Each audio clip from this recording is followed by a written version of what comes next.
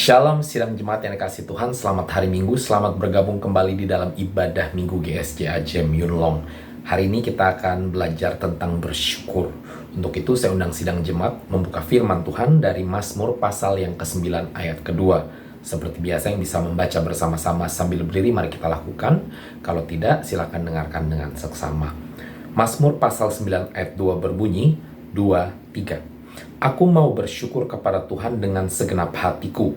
Aku mau menceritakan segala perbuatanmu yang ajaib. Amin. Puji Tuhan, mari kita berdoa. Bapa di surga, kami bersyukur hari ini kami boleh kembali belajar firman-Mu, dibangun lebih lagi di atas dasar iman kami kepada Engkau Kristus Yesus Tuhan kami. Berbicaralah kepada kami pribadi lepas pribadi Tuhan. Dalam nama Tuhan Yesus kami berdoa dan mengucap syukur. Haleluya. Mari kita semua katakan amin. Puji Tuhan. Saudara, hari ini kita akan belajar bagaimana kita patut mensyukuri kebaikan Tuhan. Ada dua hal yang kita ambil dari Mazmur 9 ayat yang kedua. Yang pertama, saudara-saudara, dikatakan di sini, aku mau bersyukur kepada Tuhan dengan segenap hatiku. Sangat to the point sekali. Yang pertama, kita patut mensyukuri kebaikan Tuhan dengan segenap hati. Apa artinya di sini, saudara-saudara? Jangan take things for granted. Artinya kita yang sudah lama mengikuti Yesus seringkali lupa untuk mensyukuri dengan segenap hati. Tanpa sadar kita mensyukuri kebaikan Tuhan seperti rutinitas. Apakah itu dalam bentuk nyanyian ataukah dengan kosakata kita ya sebagai orang Kristen. Kita terbiasa mengatakan shalom ya, puji Tuhan dan lain sebagainya. Ini bukan hal yang buruk, hal yang baik sebenarnya. Tapi seringkali ini menjadi kebiasaan belaka.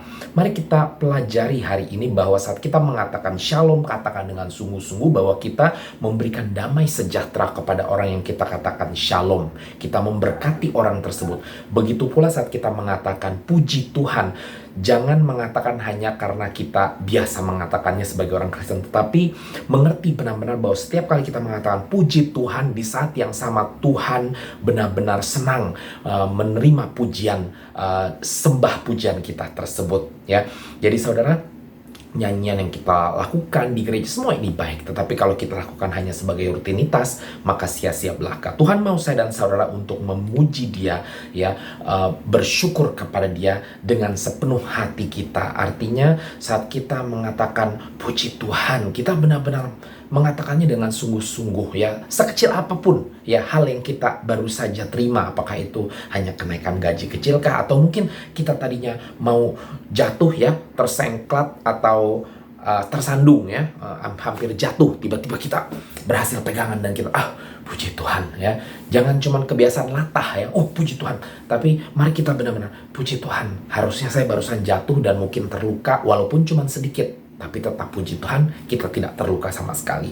Firman Tuhan 1 Tesalonika 5 ayat 18 berbunyi, mengucap syukurlah dalam segala hal, sebab itulah yang dikehendaki Allah di dalam Kristus Yesus bagi kamu. Jadi saya dan saudara diajak untuk bersyukur di dalam segala hal. Artinya setiap saat, setiap waktu, kapanpun itu selalu ada waktu untuk mensyukuri kebaikan Tuhan. Ya seperti tadi saya katakan, jangan cuma kebiasaan di mulut saja ya. Kalau itu keluar dari mulut tapi sungguh dari dalam hati, maka puji Tuhan, luar biasa. Tetapi kalau cuman kebiasaan keluar di mulut karena nggak ada bahan lain, orang bilang, oh saya dinaikin gajinya, kebiasaan kita, oh puji Tuhan ya, oh saya kemarin begini-begini, oh puji Tuhan ya, itu kebiasaan doang ya. Mari kita benar-benar katakan puji Tuhan yang keluar sungguh-sungguh dari hati saya dan saudara-saudara. Saya membiasakan diri saudara saat saya membawa mobil kah, atau mungkin bahkan saat lagi di dalam bus dan lagi menengok keluar dan melihat pemandangan yang begitu indah. Kadang-kadang warna langit itu ya seperti antara merah sama oranye, seperti api ya kalau lagi sunset ya, atau matahari mulai terbenam, dan sangat indah sekali seperti lukisan ya. Dan sungguh Allah saya dan saudara adalah pencipta, pelukis ya, artis yang paling luar biasa di dalam segala ciptaannya, termasuk langit, bumi dan cakrawala semuanya. Jadi saat saya melihat di sore hari atau mungkin pagi hari juga rada mirip-mirip ya, saya melihat ini indah sekali gitu ya. Saya membiasakan, saya mungkin tidak keluar dari mulut saya, tetapi saya membiasakan dari dalam hati saya mengatakan, wah Tuhan luar biasa, ini pemandangan indah banget gitu ya. Dan bersyukur sekali saya bisa menikmati pemandangan seperti ini. Atau hal-hal lain saudara-saudara ya, Apakah itu berhubungan dengan kita punya penghasilan kah, pekerjaan kita kah, keluarga kah, kesehatan kah, kalau yang punya anak tentang anak kah, sekolahan ya. Baru-baru ini kami baru diberitakan bahwa Sergio akhirnya tampaknya sekolah di sekolah Cina sedikit susah ya untuk dia ya. Mungkin karena lingkungannya bukan di lingkungan keluarga berbahasa Cina secara total seperti itu ya. Jadi gurunya menganjurkan, kalau mau tetap nggak masalah, tapi menganjurkan mungkin dia bisa lebih berprestasi lagi kalau sananya dia sekolah di sekolah yang nggak perlu sekolah Inggris, tapi sekolah yang paling tidak balance atau imbangnya, jadi ada cukup banyak Inggrisnya juga dan cukup ada Chinese-nya juga, jangan total semua Chinese gitu ya. Ya, saya waktu itu pertama maunya dia masuk sekolah Cina, tapi saya pelajari ternyata ya Tuhan izinkan memang masuk ke sekolah Cina ya.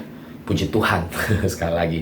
Tapi Tuhan seperti saat ini sedang memperlihatkan, saya bisa kasih dia masuk sekolah Cina, tapi apakah ini untuk dia ya? Jadi apakah ini kemauan saya saja sebagai orang tua?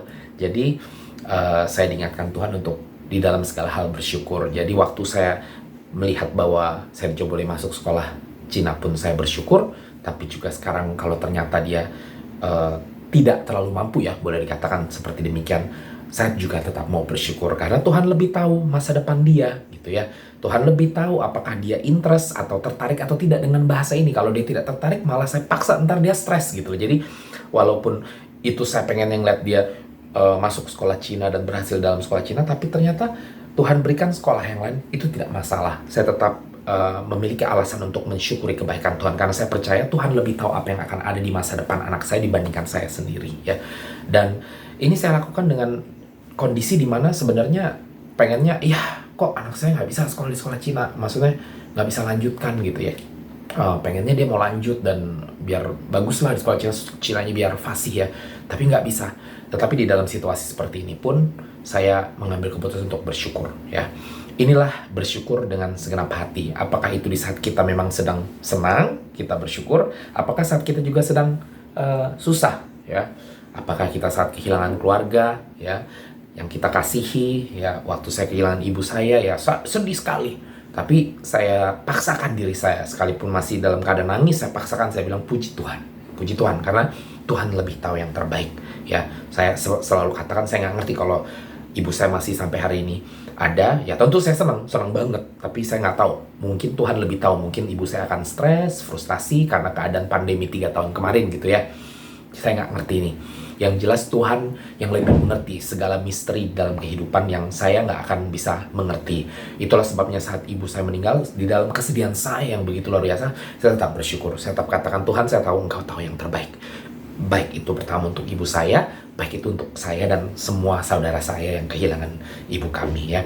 Di dalam segala perkara, dalam segala situasi, apakah itu yang baik ataukah yang buruk, senang atau sedihkah, saudara, mari kita terus mengucap syukur akan kebaikan Tuhan. Inilah yang dikatakan dalam hal mensyukuri kebaikan Tuhan dengan segenap hati ya. Nggak ada kondisi tertentu ya. Kalau kondisi tertentu saja kita bersyukur, tapi kalau kondisinya begini saya nggak mau bersyukur, nggak ada. Segala macam kondisi kita tetap bersyukur, tetap mensyukuri kebaikan Tuhan. Dan bukan hanya sekedar lewat mulut, tetapi yang paling terpenting di dalam hati saat kita benar-benar mensyukuri dan tercengang dengan kebaikan Tuhan. Dan walaupun orang nggak ada yang dengar, mungkin nggak ada orang yang lihat kita katakan puji Tuhan, tetapi di dalam hati kita mengatakannya dan Tuhan mendengar bahwa kita sedang memuji Dia. Tuhan, terima kasih, Kau baik sekali Tuhan. Segala perkara dalam kehidupan saya sudah diperbaiki dan lain sebagainya. Engkau luar biasa Tuhan. Orang nggak ada yang dengar mungkin, tetapi Tuhan mendengarnya. Amin, puji Tuhan. Yang kedua, saudara-saudara, yang patut kita lakukan di dalam mensyukuri kebaikan Tuhan, Mazmur 9 ayat 2 dilanjutkan di sini, aku mau menceritakan segala perbuatanmu yang ajaib. Ini cara yang kedua, yaitu dengan bersaksi. Jadi tadi saya katakan yang paling utama keluar sungguh-sungguh dari dalam hati. Percuma kalau kita cuma ngomong doang, tapi dalam hati nggak sungguh-sungguh mensyukuri kebaikan Tuhan, nggak benar-benar mengerti, cuma kebiasaan doang ya. Tetapi bukan berarti yang keluar dari mulut itu tidak penting. Bahkan Tuhan tetap mau saya dan saudara untuk mensyukuri kebaikannya dengan mulut kita. Bagaimana caranya? Pertama tentu dengan kita menyanyi, bersyukur di gereja, puji Tuhan, haleluya, kita nyanyikan puji-pujian Tuhan. Tetapi bahkan terlebih daripada itu, Tuhan mau saya dan saudara menceritakan kebaikan Tuhan kepada orang-orang di sekeliling kita, menyaksikan kebaikannya. Kisah Para Rasul 4 ayat 33 berbunyi, dan dengan kuasa yang besar rasul-rasul memberi kesaksian tentang kebangkitan Tuhan Yesus, dan mereka semua hidup dalam kasih karunia yang berlimpah-limpah. Jadi Tuhan mau saya dan saudara untuk memberikan kesaksian tentang Tuhan saya dan saudara-saudara. Apa yang dikerjakannya dalam kehidupan saya dan saudara. Apa yang telah dipulihkan di dalam kehidupan saya dan saudara-saudara. Apa yang telah diberikan di dalam kehidupan saya dan saudara-saudara. Termasuk tentunya keselamatan yang sudah dianugerahkan kepada saya dan saudara. Ini patut diberitakan kepada orang-orang di sekeliling kita. Saat kita melakukan ini, memberikan kesaksian kita, menyatakan kebaikan Tuhan, menceritakan tentang apa yang Tuhan sudah kerjakan dalam kehidupan saya dan saudara kepada orang lain. Ini menjadi sebuah persembahan pujian kepada Tuhan saya dan saudara-saudara, ya. Jadi saudara-saudara, mari kita jangan sungkan-sungkan atau segan-segan atau males atau takut, malu yang ya dan lain sebagainya di dalam menceritakan kebaikan Tuhan. Saudara, bahkan dikatakan Kisah Para Rasul 4 ayat 33 sekali lagi di bagian yang pertama, dengan kuasa yang besar rasul-rasul memberi kesaksian. Saudara mungkin malu, aduh saya mau ngomong apa? Saudara, kalau kita sudah di dalam Tuhan Yesus, maka Roh Kudus ada di dalam kita juga. Maka dengan demikian, saat kita membuka mulut kita, kita hanya perlu mau, ya, terlebih dahulu. Saya mau Tuhan menceritakan kebaikan-Mu. Maka Roh Kudus yang akan mengambil alih dan menolong saya dan saudara-saudara. Sama seperti para rasul memberikan kesaksian dengan kuasa yang besar, maka saat kita buka mulut, ada kuasa yang besar keluar dari mulut kita juga. Apakah itu hanya mengatakan, Tuhan luar biasa, oh puji Tuhan. Apakah itu mengatakan Tuhan sudah mati dan bangkit bagi saya, dan lain sebagainya, ya. Ya, apapun itu, ya, dalam bentuk kesaksian, Roh Kudus pasti akan menolong saya dan saudara-saudara. Yang penting mau, ya. Inilah cara kita memuji kebaikan Tuhan. Bukan hanya sekedar nyanyi-nyanyian saja, bukan hanya sekedar katakan puji Tuhan karena kita sudah kebiasaan mengatakannya, tetapi yang paling utama, pertama-tama dengan segenap hati, mengerti benar. Saat kita melihat segala sesuatu yang ada di sekeliling kita, kita tahu bahwa Tuhan kita yang campur tangan. Saat kita melihat pendidikan anak kita, Tuhan campur tangan. Saat kita melihat keadaan keuangan keluarga kita, Tuhan turun tangan. Saat kita melihat pekerjaan kita, Tuhan ada di situ. Saat kita melihat bahkan keterpurukan kita mengerti Tuhan yang mengizinkan untuk apa? Untuk masa depan yang lebih baik bagi saya dan saudara-saudara. Dan juga yang kedua sekali lagi adalah dengan menyaksikan segala sesuatu yang tadi sudah kita katakan tersebut, ya. Segala pengalaman dalam kehidupan kita di mana Tuhan tetap ada, mari kita katakan kepada orang-orang di sekeliling kita supaya mereka juga boleh ikut menerima Tuhan dalam kehidupan mereka, dan mereka boleh mengalami segala kebaikan Tuhan, dan mereka juga boleh mensyukuri kebaikan Tuhan seperti saya dan saudara-saudara yang percaya. Katakan amin. Puji Tuhan, saya harap ini menjadi berkat bagi kita semua. Shalom, selamat hari Minggu.